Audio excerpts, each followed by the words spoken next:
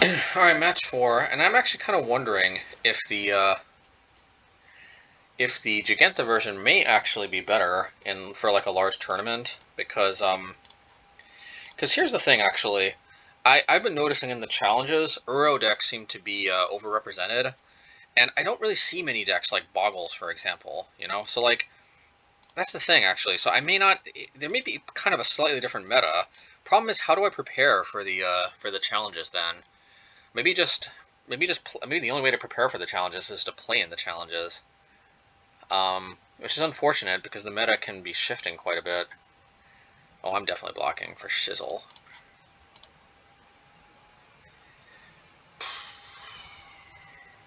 That should slow him down a bit. Yeah, of course they have another one, but yeah, again, we had to slow him down. So we're playing just this, and we're not really going to get too frisky otherwise, because we really need to play the Blood Moon. Oh no, they can play Rancor, and they can play... oh, thank goodness, they do not.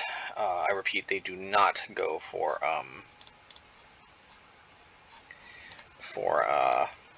Daybreak Coronet.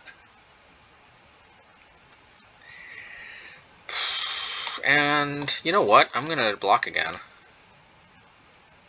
We may have to go for Core Firewalker, unfortunately. Even though Blood Moon would be good, because if they drop like an Ethereal Armor, then that's pretty much the end of us. So let's light it up. Hopefully we get a land in here. We do. And let's use our Flame Slash while we can, because it's basically completely dead otherwise in this matchup. And now we're going to hope to land a Blood Moon. And obviously they're going to have another, hexproof creature, but they can't really play Daybreak Coronet yet. Alright, and Blood Moon, here we come. Hopefully they can't really do much else with it. But you see, if they drop both of these on Core Spirit Dancer, that'd be it. Well, Spirit Mantle, you know, the race is on. The race is on.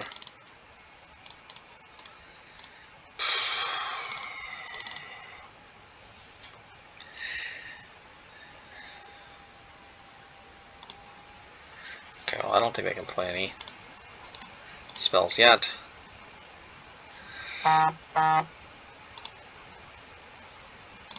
Alrighty, all we gotta do, let's use our only card that's dead otherwise.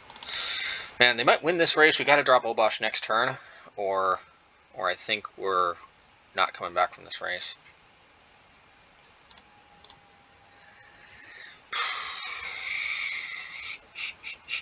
So a 3-turn clock. Okay, thank goodness. And thank goodness the Blood Moon's also turning off the damage from these two. Alright, so hopefully, yeah. Now we can dish out a lot of damage. That's a very good thing. Do we want to flashback Firebolt?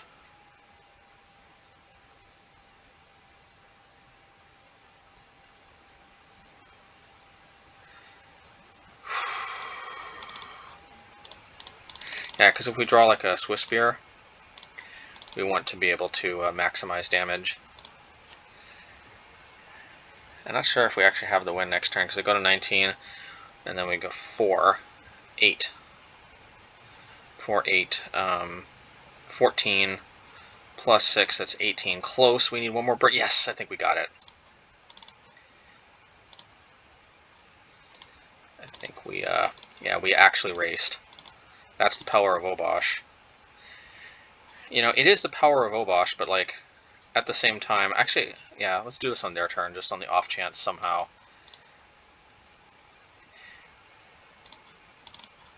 Yeah, it turns out we actually had a Lava Dart to spare. We didn't need to draw that Lava Dart. I guess we miscalculated.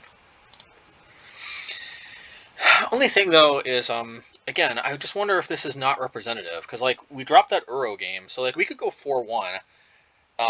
That is something to consider, actually. We could easily go 4-1 in this league, winning these matchups against, like, Bogles. But if we drop the Uro matchups, that might be a better indicator of how we do in the challenge. And I think we were consistently winning. I mean, the funny thing is, of those 2-3 matches we had with the Abbots, actually, I think a good chunk of those 6 wins out of the 6-9 we went. I think a good chunk of those 6 wins. I mean, I think at least 2, if not 3. I can't. I didn't record them. I only recorded one of the leagues, but yeah, at least 2 of them were Uro decks, from what I recall. So, I don't think we dropped a single game against an Uro deck with that deck. So, like, that is something to consider, We could have it's just hard to, like, run a deck that you get 2-3s in the leagues, even if it is better positioned in the tournament, in the challenge. I just wish I kind of wish they'd bring back the competitive leagues, because I'd kind of like to be able to actually prepare for the challenge meta. And I think that's the main thing. I'm at my best when I can really prepare, And Blast Zone obviously has to come in. Flame Slash is essentially dead, so no thank you. And yeah, Kozilek's Return is too cute. Yeah, anyway. But yeah, like, I wish there was some way I could practice more effectively for the challenge.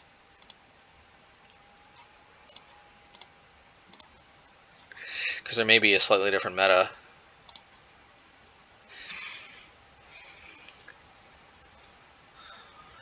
See, actually, one of the things I think a lot of the top players are playing between 9 to 5. And, like, if it's a holiday or something, like, a lot of times I can get some play during that time.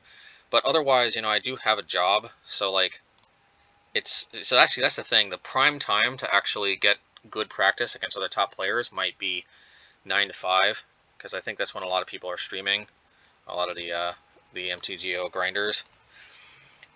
But the problem is that can't really do that in our current situation. So that might be a fundamental disadvantage we're working with. And that might also explain, just trying to be brutally honest, that might also be part of the explanation of why we can really kill it in the leagues too, is we might be facing, no offense to the players we're facing, but playing at like early in the morning hours and late at night hours, we might be playing against other like more full-time MTGO grinder types, like not necessarily the top of the top. So in a way, we might be the best of the non-full-time Magic Pro type people, And so it might be a totally different ballgame now that I think about it, if they're all playing. It's just, I heard you can't really make a living playing Magic, though. So, like, I assumed that everybody was basically in the same boat, but that might not be the case. I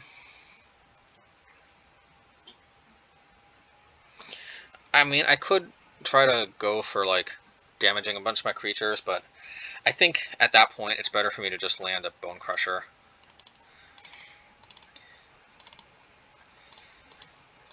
Especially since I think we're going to try to land Blast Zone and then just Spirit Mantle. Okay.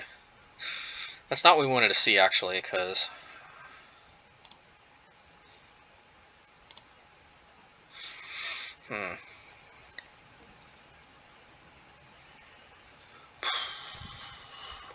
well, we have to play Blast Zone, and I'll explain why. Because if we Firebolt, then we just lose if they draw a another Aurora. Yeah. Whereas if they draw an Aurora this way,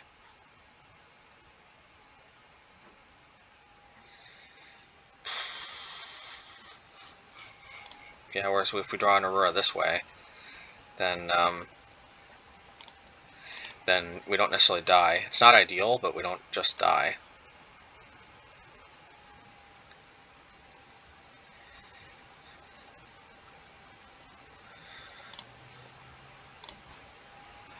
Alright, let's not click through and then just forfeit.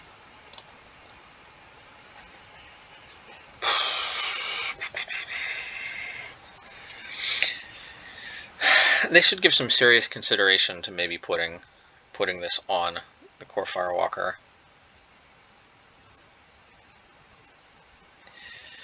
But putting it on the Spirit Dancer, though, is a little safer.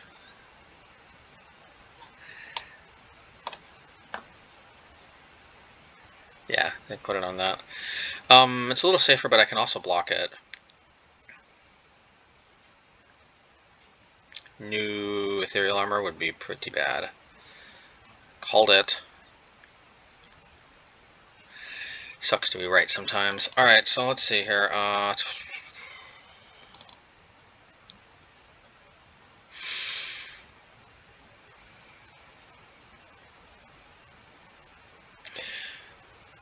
We can actually survive one hit if we block with the Soul Scar, because we'll go down to 1.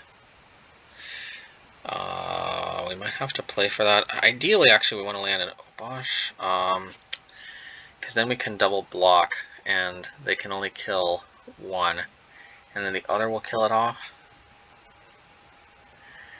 But the problem is that that requires us to play the Soul Scar, put Obosh to hand. We can't let the Core Spirit Dancer live. So I'm not sure how we get out of this. I don't think we can put Obosh to hand, though, because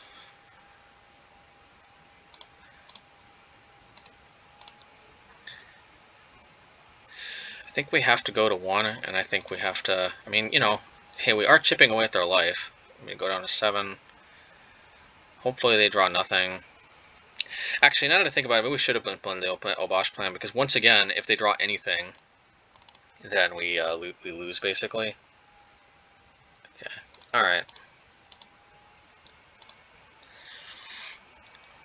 Oh, we won game 1 somehow, didn't we?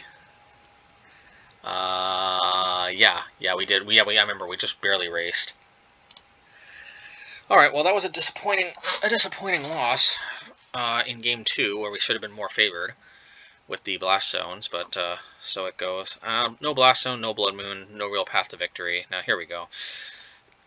This is not ideal because we don't have enough land, but it does have a path to victory, and I think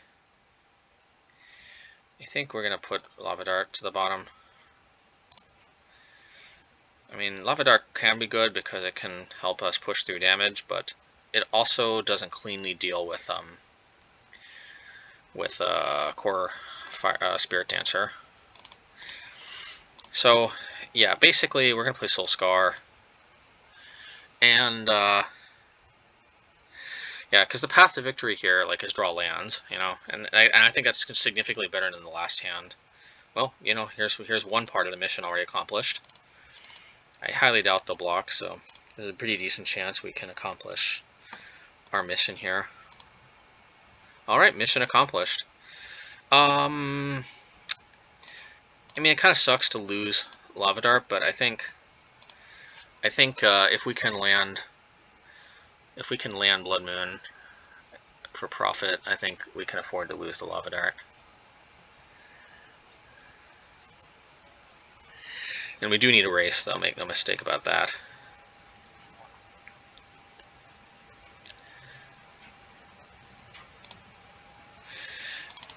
I wonder if I should have just played the Lava Dart. Yeah, I think this is still slightly better.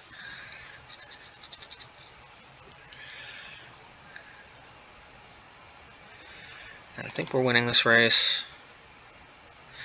Yeah, we're winning this race for sure. In fact, do we have lethal? Let's see, 7. No, not quite lethal. Let's put Obosh to hand. If that was another lightning bolt, that would have been lethal. Alright, and I think they have to hold back, which is obviously good for us. And we drop Obosh, which is obviously good for us. And then we have lethal with lightning bolt, which is obviously good for us.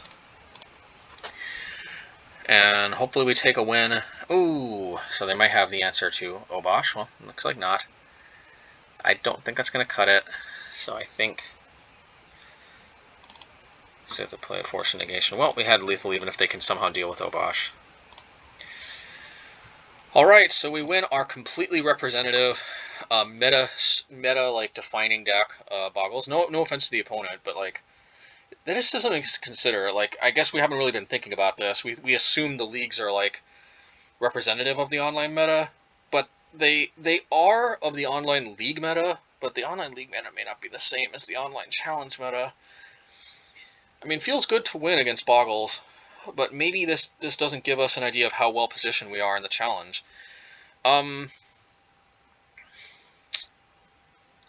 the solution is obvious. Obviously, I have to quit my job and just become a full-time Magic grinder. No, I'm just kidding. I don't know. I actually, now that I think about it, like this kind of actually is eye-opening to me to think about how many of these games are against unrepresentative, more, you know, unrepresentative matchups like Bogles, which we might be crushing. We might be building our deck, sculpting it to really crush these type decks. But the thing is, we've seen other people though actually place highly in the challenges with our deck. So actually, that does give us hope. That does give us hope, but it's a little bit concerning. Because I don't know. I mean, like, I don't know. I don't think I'm like a real Magic savant, you could say. I think I have to practice to get good. I don't think I can just like show up and just win with like the greatness that is me. Like, that's I practice. I try to learn from my mistakes, and that's how I improve. I'm there might be some people who don't need to do that, but I don't know. I don't know how I'm supposed to. I really would like to get some practice against a more representative sample of these challenges, because I want to start taking them down. I don't know though. Interesting. Could also be play patterns too. You know what I mean? It's maybe because somebody could, in theory, win with the exact same cards, but I might just not be as familiar with playing both the types of decks, as familiar with the types of decks and with the play styles of the people who play them. Actually, different types of days, different people practice. We remember we asked Aspiring Spike when he usually practices, and he said 9 to 5, I think, usually, or 9 to 3 or something. That's why we almost never bump into him. Anyway, cool. All right. Well, we'll see. Maybe as long as I'm doing Magic part-time,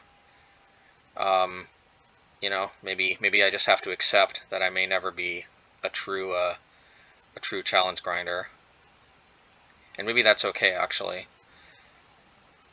Because like maybe like actually, because if you look at it, a lot of these guys, Mateus, Hugo Fertitas. I know this person follows me on Twitter. Borgilla, Dr. Queller, Parrot. I do see Tugga Naxos sometimes high on the challenges. So this is, yeah.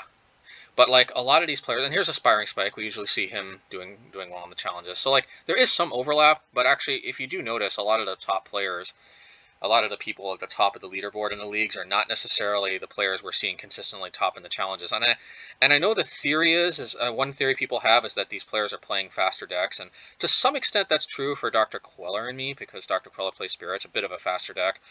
But like my deck isn't exactly super fast, at least not the Obosh version, which I think is where all 29 trophies came from. I don't think we got a single trophy. I could be wrong. I could look back at some of my videos. I don't think we got a single one with an Obosh-less version. Oh, no, we actually did get a few with against the version. I remember. We have some of those recordings, but definitely the vast majority are Obosh. Anyway, enough rambling. Let's